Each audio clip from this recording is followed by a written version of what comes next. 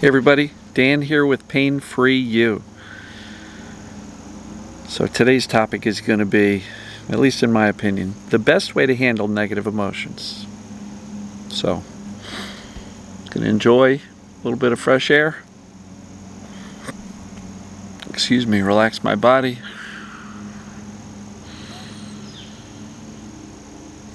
Let things settle down, calm.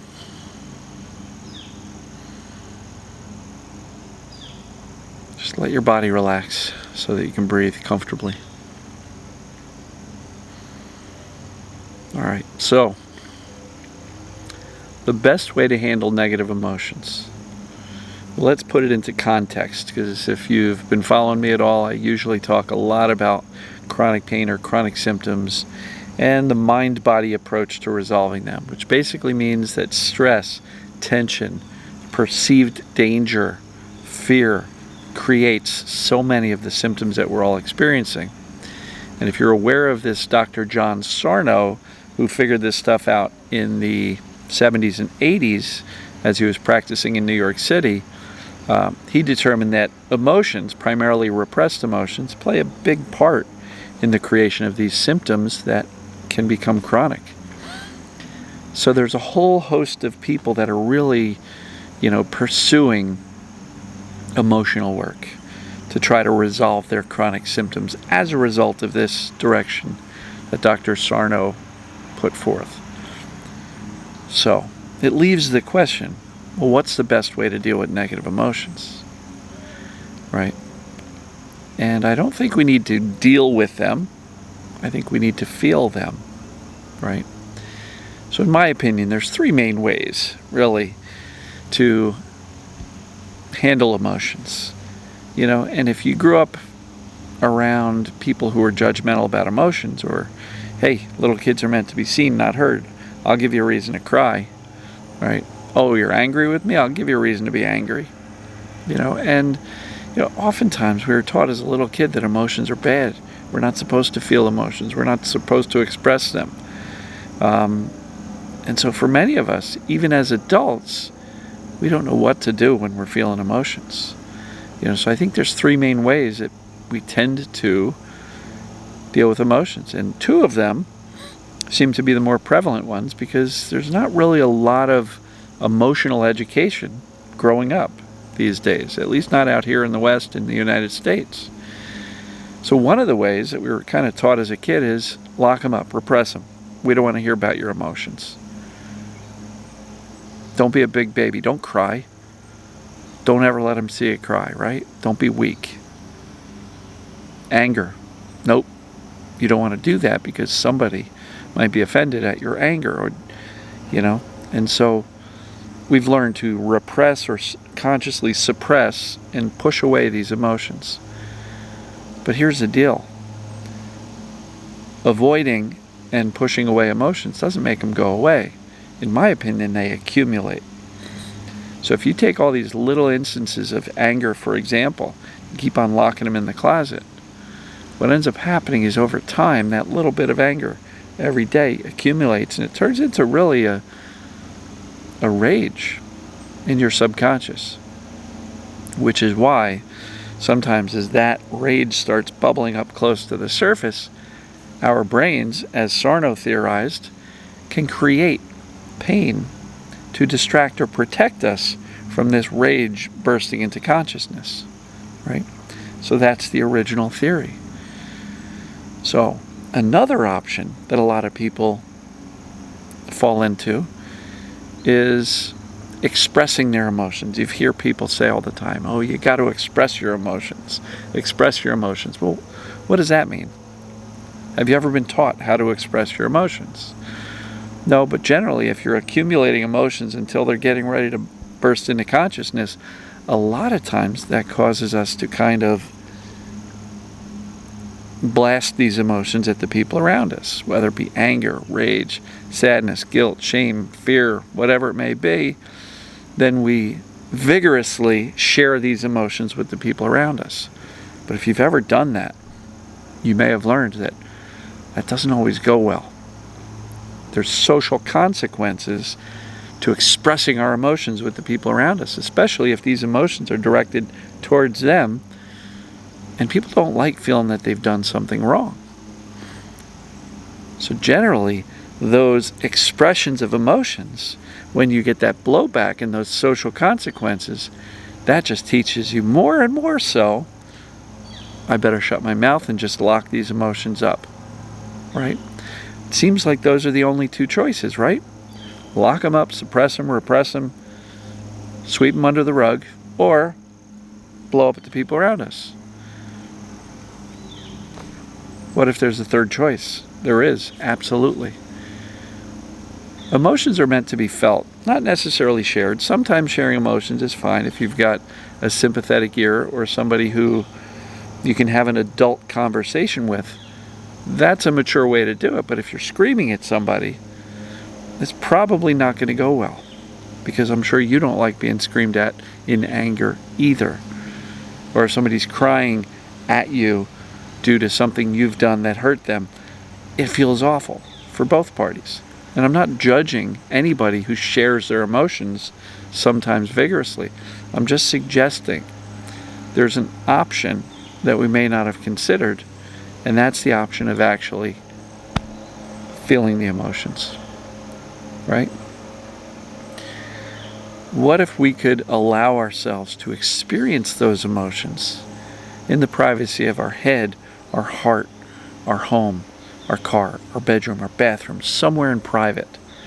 Even if you're at work, you don't want to express and feel these emotions in the middle of a conference room, in a meeting.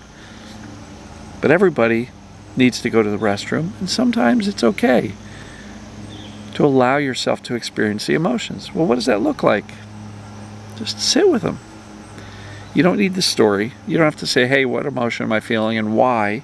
Because then your brain's going to go, well, I'm really pissed off at Tom, and he did this and she did that. And, next thing you know, you're stuck in that story mode where you're just ruminating on what happened over and over and over again. That doesn't really allow the emotions to release and ease up, because the more we ruminate on the story, the more we're creating the emotion again and again and again. But feeling the emotion, there are studies done that if you allow yourself to actually experience the emotion at whatever level it is, if it's intense, feel it. Within about 90 seconds, it starts to ease up and dissipate. When we feel emotions, they don't linger. So my additions to that suggestion is allow yourself to feel the emotion without judging yourself harshly for having the emotion in the first place. Because if you're going to say, I'm a bad person because I'm angry, or I'm a weak person because I'm sad, or I'm a bad person because I'm feeling jealousy, or I must have done something wrong, so I'm a bad person if I'm feeling guilt or shame, and we're judging ourselves, that's going to kind of teach the brain subconsciously to push this stuff away, because we don't like feeling bad. So let's remove the judgment. Let's make a decision that emotions are normal and justified, and they're okay to feel, right? We are absolutely allowed to experience these things called emotions. This is part of the human condition. It's part of the human experience. If you think it's learned, no.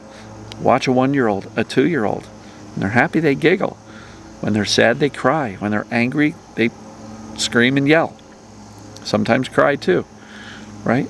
It's part of the human condition to experience emotions. But we've been taught to push them away.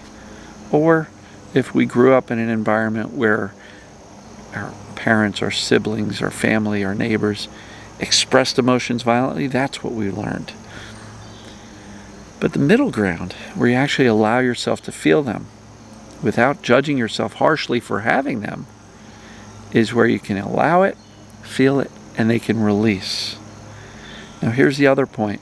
My other addition to this recommendation is allow yourself to feel the emotion without the story, without the why am I feeling the emotion. You already know why you're upset. You already know why you're feeling these emotions. You really don't need to think through what happened and what you should have said and everything else, because that's what I call story mode. That story mode only serves to keep the emotion going longer and longer. So what's the right way, or the best way, or the most effective way to deal with your emotions? Feel them. Without judgment, without the story. Allow yourself to experience them. Now look, there are absolutely cases where it's important to have an adult conversation with people around us.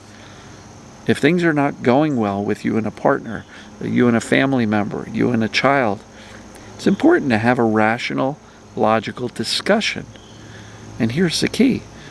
If you allow yourself to experience the emotion in the privacy of your own head, heart, bathroom, car, wherever, first, so it can release, the adult conversation you're going to want to have with the person that you're having conflict with is going to go so much better if you've allowed yourself to kind of process, experience, and release the super high intensity. Because if you go to try to have an adult conversation with somebody while it's all still built up and ready to burst, how well is that going to go for you? Right? And I don't think it does go well. So again, I think there's three main ways that we can deal with emotions. We can lock them up, which I don't recommend. They tend to accumulate, build up an internal stress. We can get into a state of chaos that way. There's expressing vigorously, and I've joked, I said, I've even said, for many of us, we let things build up until we vomit our emotions on the people around us, and nobody likes that. So the middle ground is to allow yourself to experience these human emotions. They're perfectly fine, and they're perfectly safe without judging yourself harshly, and that creates more safety in feeling them, and without the story mode to keep on regenerating the emotions. Now, why do we want to do this in the first place? Well, let's go back to the context of the things I talk about. Chronic pain, chronic symptoms, and I believe Sarno is right. Emotions can absolutely be perceived by the brain as dangerous, and as I've been talking about for a long time, when the brain perceives danger, it can create symptoms.